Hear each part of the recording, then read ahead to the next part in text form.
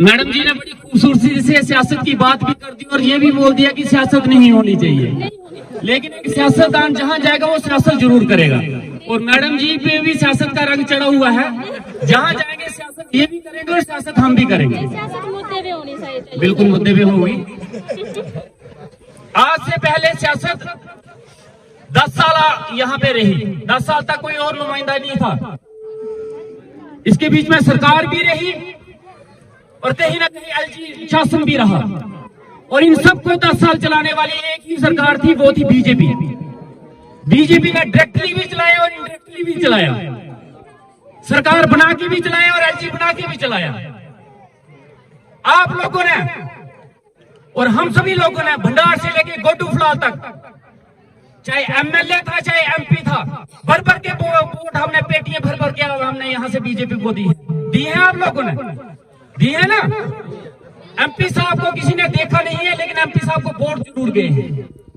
हमारे डॉक्टर जितेंद्र सिंह साहब को जितना वोट यहां से गया इतना कहीं नहीं गया होगा। एक नेम प्लेट मुझे बता दें यहां पे एमपी साहब की लगी हो तो एक नेम प्लेट।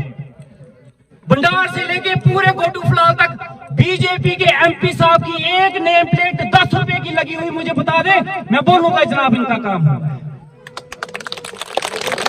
मुद्दों पे बात होगी जनाब, मुद्दों पे बात की जाएगी और हिसाब किताब लिया जाएगा। मैं अपना हिसाब दूंगा 5 साल पूरी सरकार जब चलने के बाद। आप मेरे से पूरा हिसाब लीजिए। अभी तो 1.5 साल हुआ है, अभी तो जुम्मा हमने पाँव रखा है। अभी हुआ क्या है, इतनी जल्दी भी क्या है, थोड़ा आराम कीजिए। सबर से गरम गरम खाओ तो मुंह जल जाता है, आराम आराम से खाओ। लेकिन हिसाब तो उनसे जरूर लिया जाएगा जनाब। हिसाब मैं भी दूंगा और आप जनता मेरे से हिसाब लोगे। हर साल लो, 5 साल कंप्लीट होंगे, आप मेरा हिसाब लोगे और उसका जवाब वोटों थ्रू दोगे। लेकिन जो 10 साल चलेंगे मलाई खा के, तो वो सोचेंगे कि चले जाए और रामेश्वर सिंह उनको जाने देगा, बिल्कुल नहीं जाने देगा। लोगों के बीच में खड़ा करके हिसाब लिया जाएगा उन लोगों का। हम लेंगे हिसाब उन लोगों का जिन लोगों ने आपसे वोट लिए हिंदू के नाम पे, जिन लोगों ने आपसे वोट लिए देशभक्ति के नाम पे। कहाँ है आज वो लोग, कहाँ है आज? आपके बीच में क्यों नहीं आते वो लोग, क्यों नहीं अपना हिसाब किताब देते? और आज अगर ये बताया जा रहा है कि भंडार में ये काम नहीं हुए, तो ये नलायकी मेरी नहीं है, अपनी नलायकी वो 10 साल की गिना रहे हैं आपके सामने कि हम नहीं कर पाए ये 10 साल में।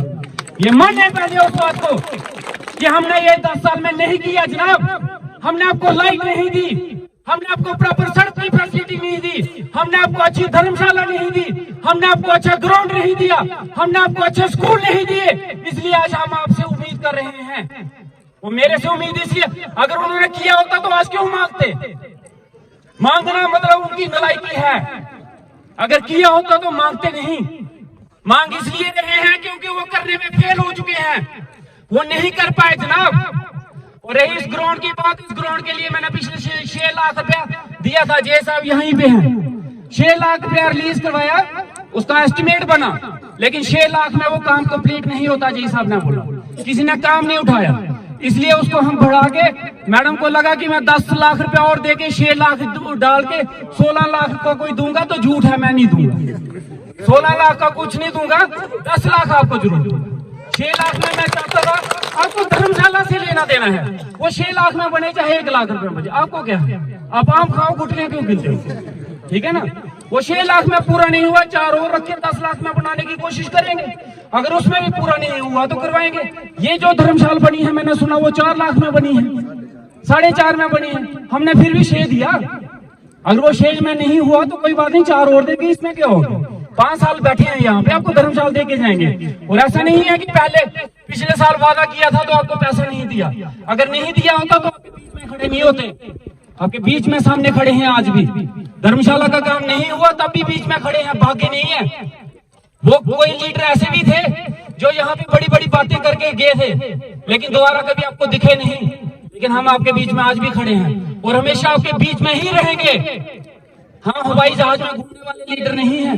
आप लोगों ने जमीन से उठाया है मुझे, आम लोगों के बीच में से निकला हूं मैं। किसी झंडे और टुंडे के नाम पे नहीं जीता हमें, आप लोगों ने जिताया। किसी दिल्ली के लीडर के नाम पे वोट नहीं लिए, अपने औकात और अपनी शक्ल के और अपने नाम पे वोट लिए। और आपने हमें वोट दिए है मुझे देख के, किसी लीडर को या पार्टी को देख के नहीं दिया। और जवाबदेही मेरी है, पार्टी की नहीं है। जो पार्टी की चापलूसी करते होंगे वो हमें जरूरत नहीं है पार्टियों की चापलूसी करने की। हम लोग आपके थ्रू जीत के आए हैं, आपकी बात करेंगे, आपके लिए लड़ेंगे। इससे पहले भी नुमाइंदे हुए जो बड़ी बड़ी पार्टियों के लीडर रहे, कभी असेंबली में सुना कि आपके भंडार का नाम लिया हो किसी लीडर ने? इससे पहले जो एक्स-एमएलए रहे, क्या सुना कि भंडार नाम भी लिया हो असेंबली में आपका? हम भंडार का नाम तो लेते हैं, जिक्र तो करते हैं। आज हम काम शुरू कर रहे हैं, लेकिन 10 साल का हिसाब कोई बोलेगा नहीं लेंगे तो लेंगे जनाब, जरूर लेंगे। 10 साल का हिसाब किताब भी होगा। ऐसे कोई फ्री खाते में नहीं जाएगा, और जाऊंगा मैं भी नहीं फ्री खाते में। हिसाब किताब आप मेरे से लो, मैं आपको जरूर दूंगा। आपके काम करना मेरा। और एक और चीज मैं आपको ईमानदारी से बोल देना चाहता हूँ, छतरी जगह बड़ी अच्छी है, टूर्नामेंट होती है, बहुत अच्छी होती है, शानदार होती है, लेकिन साल में यही एक टूर्नामेंट यहाँ पे होती है। उसके बाद पूरे साल में यहाँ कुछ नहीं होता। यहाँ कोई आबादी नहीं है रहने वाली, यहाँ लोगों की उधारी नहीं है कि यहाँ पे रहते हो। जहाँ रिहाइश हो यहाँ के 12 महीने की या 6 महीने की, यहाँ रिहाइश भी किसी की नहीं है। जहाँ हैबिटेशन 0 है, उसके लिए बिजली का, जैसे आपने बोला, बिजली का बहुत बड़ा खर्चा है यहाँ तक। झूठ नहीं मैं बोलूंगा, बिजली का बहुत बड़ा खर्चा है, और वो खर्चा सिर्फ 4 दिन के लिए होगा। 4 दिन के बाद उस खर्चे का कोई फायदा नहीं है।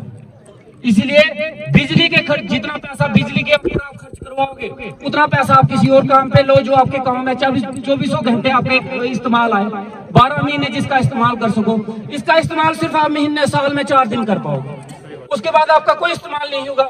जितना पैसा बिजली के लिए यहाँ आपने खर्च कर रहा है, उतना पैसा बिजली के लिए आप अपने लकड़ी के पोल चेंज करवाओ, नए ट्रांसफार्मर लगाओ, मोहल्ले में लाइट तो रहेगी, काम तो आएगा। यहाँ देखो, झूठे दिलासे देना मेरा फर्ज नहीं है, मैं आपको असलियत बताना चाहता हूँ। फैसला आप लोगों को ना करना है कि उस पैसे का इस्तेमाल आपने पूरे 12 महीने करना है या 4 दिन करना है। 4 दिन का क्या फायदा? 12 महीने उस पैसा जितना लगाया है उसकी अपनी लाइन रिपेयर करवाओ, अपने पोल चेंज करवाओ। मुझे विरासत में इंसान को कुछ ना कुछ मिलता है। जब मैं सियासत में आया तो मुझे विरासत में कुछ बने बनाए गांव नहीं मिले। एक गांव बटार से लेके गोटू फलाल तक मुझे बता दे जो उन्होंने बना के दिया हो, मुझे बोले कि जनाब एमएलए साहब आपको ये गांव हम बना बनाया दे रहे हैं। यहाँ ना बिजली की प्रॉब्लम है, ना सड़क की है, ना हॉस्पिटल की है, ना स्कूल की है, ना पानी की है। एक पंचायत बता दे, कोई एक पंचायत बता दे, हम मानेंगे जनाब एक पंचायत तो बनी है, और पूरी बनी है, जहां मुझे काम करने की जरूरत नहीं है। यही हाल है यहाँ भंडार से लेके गोटू फलाल तक, हर पंचायत का यही है। और तो और छोड़ो जनाब, जिस पार्टी की बातें करते हैं उस पार्टी के एमएलए ने अपनी पंचायत तक नहीं बनाई। आज तक उनको राशन नहीं मिलता था, वो भी महीना पहले मैंने राशन दिलवाया उन लोगों को। ये तो इनकी हालत है। ऐसा नहीं है कि मेरे आने से पहले यहाँ पे मार्बल बिछा हुआ था, ऐसा नहीं है यहाँ पे सारे के सारे लकड़ी के पोल कहीं नहीं थे, मैंने आगे लकड़ी के पोल लगाए। जनाब ये इनका ही दिन है, इनकी किए हुए काम है, जिनको मैं सुधारने की कोशिश कर रहा हूँ। मैं नहीं बोल रहा मैं 1.5 साल में पूरा कर गया, लेकिन शुरुआत तो की है, कोशिश तो कर रहा हूँ, जवाब तो दे रहा हूँ। लेकिन जनाब एक बात याद रखिएगा, इस 5 साल में आपके जितने काम होंगे 100% नहीं कर पाऊंगा तो 90% करके जरूर जाऊंगा। ये मेरा आपसे वादा है। और 5 साल के लिए आपने मुझे एमएलए बनाया, 1.5 साल के लिए नहीं बनाया। और 5 साल के लिए मैं रहूंगा। जिसको अच्छा लगे तब भी ठीक है, जिसको नहीं लगता तब भी रहूंगा। हटा तो कोई सकता नहीं 5 साल, उसके बाद देखा जाएगा क्या होता है। कोई खुश हो या दुख हो, किसी को मेरे एमएलए बनने से पेट दर्द होती है तो कोई चक्कर नहीं है, वो रहेगी अब 3 साल और, वो नहीं हटेगी। लेकिन जो आप लोगों ने फैसला कर दिया है वो है, उसके बाद देखा जाएगा आप लोगों का फैसला। जनाब सड़क ऊपर भी आप चढ़ाते हो, नीचे भी आप गिराते हो। अगर मैं आप लोगों के बीच में फेल हो गया तो आप लोग मुझे गिरा दोगे, अगर मैं आपके बीच में काम करने में कामयाब हो गया तो आप फिर से जिताओगे। फैसला आप करोगे, जनता फैसला करती है। कोई पार्टी का नुमाइंदा आके मेरी पैरवी करने की कोशिश न करे। कोई मेरा रिपोर्ट कार्ड मेरा आप लोग मांगोगे, आप लोग दोगे तो ठीक है। कोई पार्टी का बंदा आके ये ना बोले कि तुमने ये नहीं किया, तुमने वो नहीं किया। आप लोग बोलो जनाब, आप जो बोलोगे आपकी हर एक बात सर माथे पे, और जवाब दे मैंने पार्टी को नहीं देनी है, किसी को या पार्टी के लीडरों को नहीं देनी है, मैंने जवाब आप लोगों को देना है। और एक बात याद रखिएगा, आप लोगों के साथ हमेशा सियासत हुई है, आप लोगों को सिर्फ हमेशा पार्टी के झंडे और डंडे के नाम पे सियासत की गई। आपसे वोट लिए गए लेकिन आपके काम नहीं हुए। अगर हुए होते तो शायद आप नुमाइंदे चेंज नहीं करते, वही नुमाइंदा दोबारा जीत के आपके बीच में आता। क्या कमी छोड़ी आपने डॉक्टर जितेंद्र सिंह साहब को वोट देने के लिए? कोई कमी रखी? आपने मोदी साहब के नाम पे और बीजेपी के नाम पे भर भर के बेटियां वो वोट दिए, और क्या वो काम नहीं करवा सकते थे?